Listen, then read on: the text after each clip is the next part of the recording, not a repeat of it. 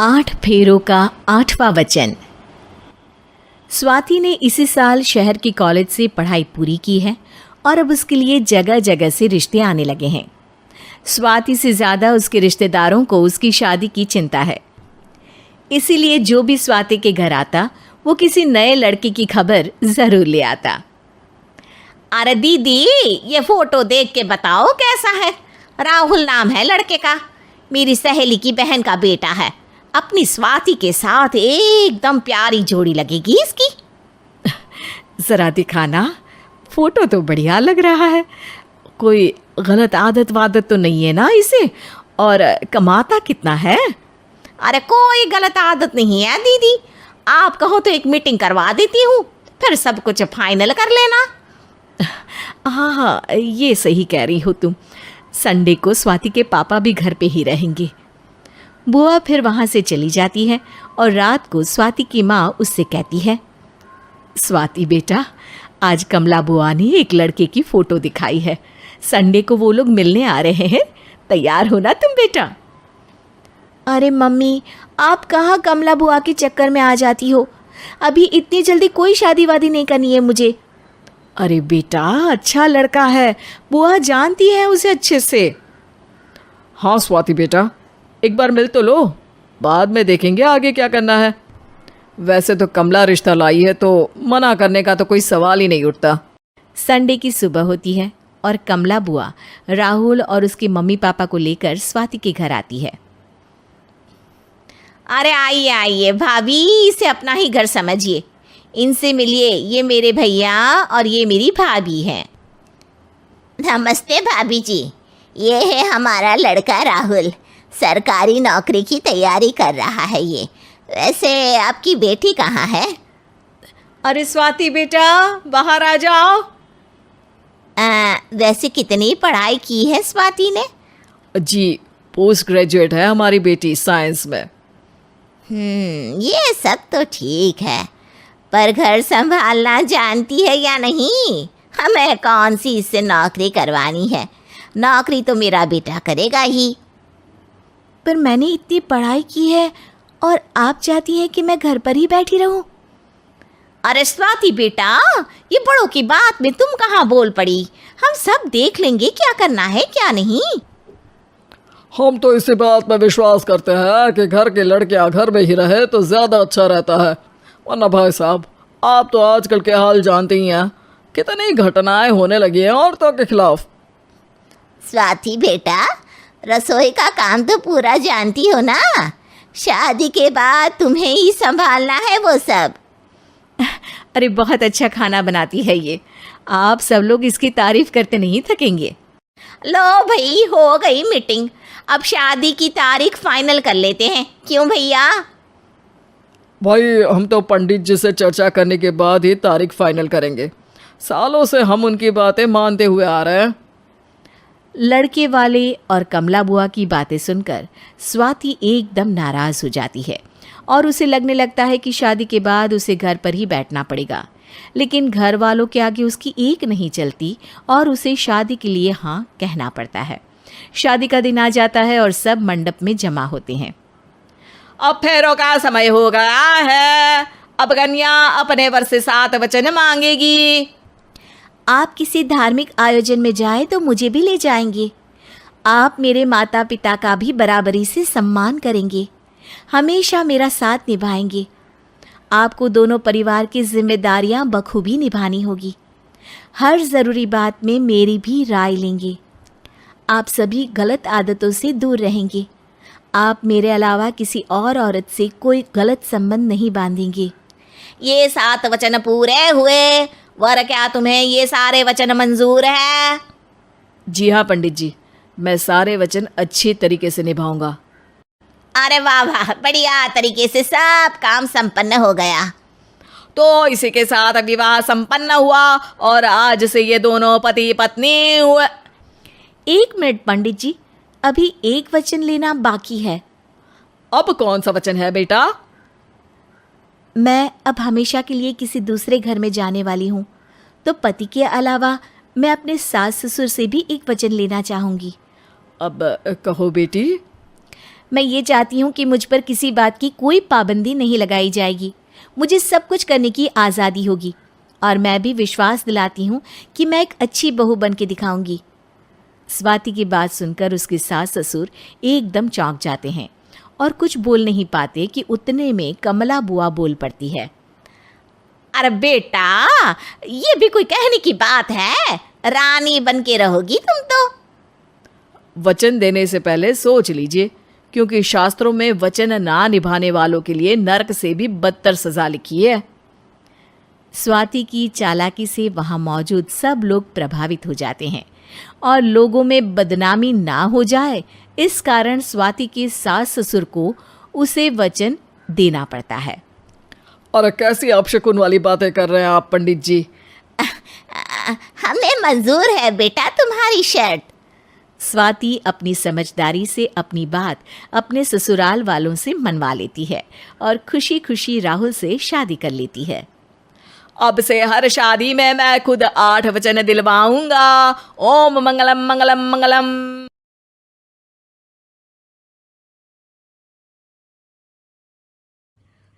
रेणुका की शादी कुछ ही दिनों पहले शास्त्री नगर में हुई थी। रेणुका बहुत ही आलसी लड़की थी। वो दिन भर बेड पर सोती रहती या फिर मैगजीन पढ़ती रहती और घर के काम भी धीरे धीरे ही करती। एक दिन उसकी सास उसके पास आती है। बहू, आज बेसन का चिला बना दे, बड़ा मन कर रहा है। हाँ मम्मी जी, बनाती हूँ थोड़ी देर में। थोड़ी देर में? अरे थोड़ी देर में तो रात के खाने का वक्त हो जाएगा बहू। अच्छा मम्मी जी, तो फिर आप रात का खाना ही खा लीजिएगा ना।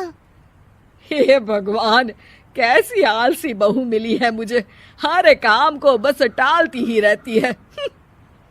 रेणुका दिन भर बस आलस पना ही करती रहती। एक बार रात के खाने पर सब बैठे हैं तो रेणुका का पति कहता है, अरे ये क्या, आज फिर से करेला? रेणुका, हफ्ते में तीसरी बार ऐसा हुआ है कि करेला बन रहा है। कुछ भी बना लिया करो। अरे इतनी सारी सब्जी मिलती है मार्केट में। हाँ, पर अब कौन मार्केट जाए और सब्जी लेकर आए, इसीलिए जो था घर पर वही बना दिया। बहू, फ्रिज खोल कर देखती तो पता चलता कि सारी सब्जियां रखी होती है, पर तुम्हारा आलसपन खत्म हो तो तुम्हारी नजर जाए ना। विशाल कमरे में आकर रेणुका से पूछता है, रेणुका, मैंने कहा था तुमसे कि मेरे लिए रुमाल ले आना। मेरे सारे रुमाल खराब हो गए हैं। तुम ले आई क्या? आज नहीं गई, कल ले आऊंगी। ओफो, पिछले 4 दिनों से मैं यही सुन रहा हूँ। बिना रुमाल के ऑफिस जाना पड़ रहा है। तुम तो बहुत ही आलसी होती जा रही हो रेणुका। आपको रुमाल की जरूरत है ना, तो खुद ही खरीद लीजिए ना। हाँ, अब वही करूंगा। तुम्हारे भरोसे बैठा रहा तो कुछ नहीं होगा। एक दिन दरवाजे पर बेल बज रही होती है और रेणुका सोफे पर बैठी होती है, पर आलस में दरवाजा खोलती ही नहीं। अरे बहू, कितनी देर से बेल बज रही है? क्या कानों में रुई डालकर बैठी हो जो सुनाई नहीं दे रही बेल? मम्मी जी, अब आप आ ही गई हैं तो आप ही खोल दीजिए ना दरवाजा। क्यों मुझे ताना मारकर और देर कर रही हैं? अरे वाह, उल्टा चोर को तवाल को डांटे। सास दरवाजा खोलती है तो उसकी पड़ोसन दरवाजे पर खड़ी होती है। दरवाजा खोलने में इतनी देर क्यों हो गई? सब सो गए थे क्या? और ये भी कोई वक्त है क्या सोने का? हाँ? अरे नहीं नहीं, ऐसी कोई बात नहीं है। आइए आइए, आप लोग अंदर आइए। ओफो, इन सबको भी अभी आना था। अब मम्मी जी लगा देंगी मेरी ड्यूटी किचन में। बहू पकोड़े तल दे, बहू चाय बना दे। अरे बहू, सो गई क्या? कब से आवाज दे रही हूँ। जा, चाय बना कर लिया। हाँ मम्मी जी, अभी जाती हूँ थोड़ी देर में। सास रेणुका को आंख दिखाती है। मतलब थोड़ी ही देर लगेगी चाय बनाने में, अभी ले आती हूँ, बस झटपट। रेणुका रसोई में जाती है और इसी आलसीपन में वो चीनी की जगह नमक डाल देती है। जैसे ही सब चाय का घूंट भरते हैं, चाय थूक देते हैं। थू थू थू थू, ये कैसी चाय बनाई है तूने रेणुका? इसमें तो सारा नमक भरा है। हाँ, और ये पकोड़े, इसमें इतनी मिर्च है कि मेरी तो हालत ही खराब हो गई खाकर। और रेणु जी, आपकी खातिरदारी में पहले तो कभी कोई कमी नहीं रहती थी, पर जब से आपकी ये बहू आई है ना, मामला कुछ गड़बड़ा सा गया है। हाँ हाँ, जहाँ आप इतनी एक्टिव हैं, वहीं आपकी बहू एकदम आलसी, एकदम राम मिलाई जोड़ी लगती है।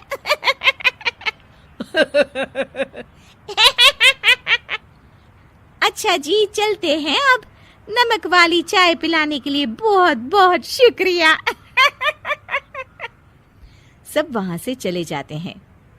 अरे तूने तो मेरी नाक ही कटा दी बहू। वे लोग क्या सोच रहे होंगे मेरे बारे में। मम्मी जी, मैंने तो शक्कर ही डाली थी, पता नहीं नमक कैसे बन गई शक्कर। शक्कर नमक नहीं बना बहू रानी, तुम्हारा ये जो आलसपना है ना, ये उसी का नतीजा है। सॉरी मम्मी जी, अब मैं ये आलसपन छोड़कर सारे काम अच्छे से मन लगाकर करूंगी।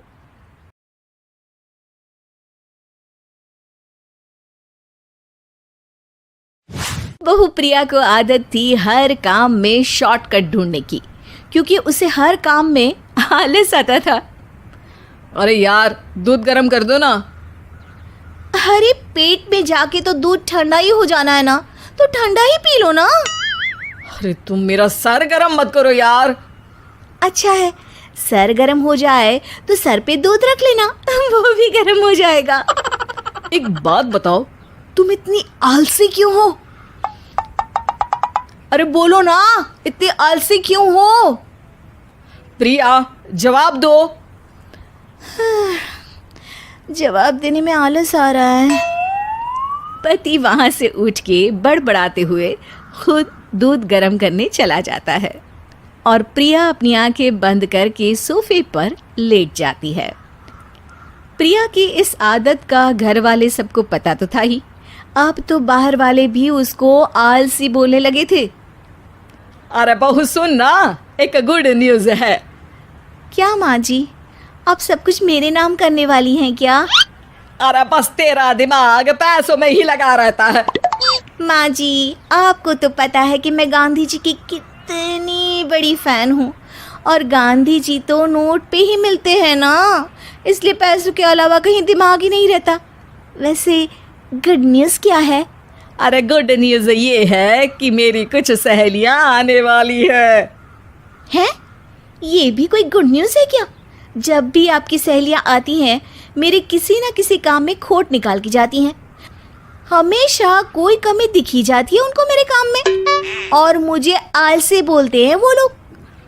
अरे तो ऐसा समझ कि आज तेरे पास मौका है उनकी नजरों में अच्छा इम्प्रेशन जमाने का। कैसे कैसे? उनके लिए खाने की इतनी स्वादिष्ट चीजें बना कि वे उंगलियां चाटती रह जाए। माँ जी, ये तो आप मुझे नया काम पकड़ा रही हो। अरे मेरी सहेलियों से तारीफ पानी है कि नहीं? हाँ, पानी तो है। तो बस जाओ, बन जाओ बावर्ची, लगाओ तड़का, कल शाम को आएंगी वो। अगले दिन सास सुबह से घर के बाहर अपनी सहेलियों के पास चली जाती है, और शाम को सब प्रिया के हाथ का खाना खाने घर आते हैं। आज देखते हैं कि प्रिया बनाती क्या है। हाँ हाँ, पिछली बार हमने बोला कुछ हल्का खाएंगे तो पापड़ फ्राई करके ला दिए थे बस। हाँ, और उसके पहले जब आए थे और बोला था कि भारी खाना खाना है, तो तरबूज काट कर ले आई थी। बोल रही थी तरबूज भारी होता है ना। अरे बस भी करो, इतनी बुरी नहीं है मेरी बहू। तभी बहू वहाँ खाना लेकर आती है। पनीर कोफ्ता, भिंडी मसाला, शाही मसाला, दाल, डबल तड़का, लच्छा पराठा, मिस्सी रोटी। अरे बस बस बहू, इतना सारा खाना। अरे अभी तो और भी है, फ्राइड राइस भी है अभी तो आपके लिए, और हाँ, अरे सूप लाना तो भूल ही गई मैं। अरे लगता है पिछली बार की कमी आज पूरी कर ही देगी बहू। हाँ हाँ, आप खाइए तो। हाँ खाएंगे तो सही, इतना खाना बना तो दिया है, अब देखना भी तो पड़ेगा ना कि बना कैसा है। हाँ हाँ, लगा ले भोग खुद को। खाना चखते ही तीनों सहेलियां प्रिया की वाहवाही करने लगती है। अरे शानदार, जबरदस्त, जिंदाबाद, मजे आ गए प्रिया। प्रिया की सास भी कमाल है, बहू को क्या जायकेदार खाना बनाना सिखाया है। अरे मान गए भाई, इतना अच्छा खाना तो हम में से किसी की बहू नहीं बनाती, और हम भी नहीं बनाते, झूठ क्यों बोले। अरे बस करो, खाने पे ध्यान दो, बोलती ही रहोगी तो खाओगी कब। ये लो, थोड़ा पनीर और ले लो। सास भी सहेलियों के साथ खाना खाने लगती है, पर बहू के साथ अपनी भी तारीफ सुनकर सास मन ही मन फूली नहीं समा रही थी। प्रिया ने बड़ी खुशी से सबको खाना परोसा और सबने झट से खाना खत्म भी कर दिया। राधे राधे, मजा आ गया। और थक गई खाना खाते खाते, अब बस बिस्तर लग जाए मेरा। अब तो जब भी मेरे घर मेहमान आएंगे, प्रिया को ले जाया करूंगी खाना बनाने के लिए, मेहमान भी खुश हो जाएंगे। सास खुश है कि प्रिया की इमेज अपनी सहेलियों के सामने काफ़ी सुधर गई है। प्रिया खाने के बर्तन समेटती है, इतने में तीनों सहेलियां हाथ धोने किचन में चली जाती है। तभी एक सहेली देखती है कि किचन स्टैंड पर कागज़ पड़ा हुआ है। वो सोचती है कि कागज़ को डस्टबिन में डाल दे। जैसे ही वो उसे उठाती है तो देखती ही रह जाती है। दरअसल वो एक बिल है जिसमें वो सारी चीज़ें लिखी है जो उन्होंने अभी अभी खाई है। वो चुपचाप बिल उठाकर बाहर आ जाती है और उसके पीछे बाकी दो सहेलियां भी आती हैं। प्रिया, खाना अच्छा बनाया था, सच कहूँ तो बहुत अच्छा बनाया था। थैंक यू, बहुत अच्छा लगा सुन के। हाँ, पर जिसने बनाया वो इतनी तारीफ सुनता तो उसे और भी अच्छा लगता। क्या मतलब? ये बिल देखो, तुम्हारी बहू ने ऑनलाइन ऑर्डर किया था खाना। अरे तारीख तो आज की ही है ना? हाँ हाँ, आज की ही है। प्रिया, ये सब सही है क्या? प्रिया अपना सर झुका लेती है। सास सब समझ जाती है कि बहू की चोरी पकड़ी गई है। इतना भी आलस अच्छा नहीं प्रिया। अरे बता ही देती कि बाहर का खाना है, मैं बाहर का खाना खाती नहीं हूँ। तीनों सहेलियां वहां से जा रही होती है कि तभी उनमें से एक मुड़कर कहती है, अब ये तो बताओ कि खाने की रेटिंग बहू को दे या डिलीवर करने वाले को। प्रिया समझ जाती है कि शॉर्टकट लेने की वजह से उसके साथ सास को भी ये बेइज्जती झेलनी पड़ी और वो कसम खाती है कि अब से शॉर्टकट से नहीं, मेहनत से काम करेगी।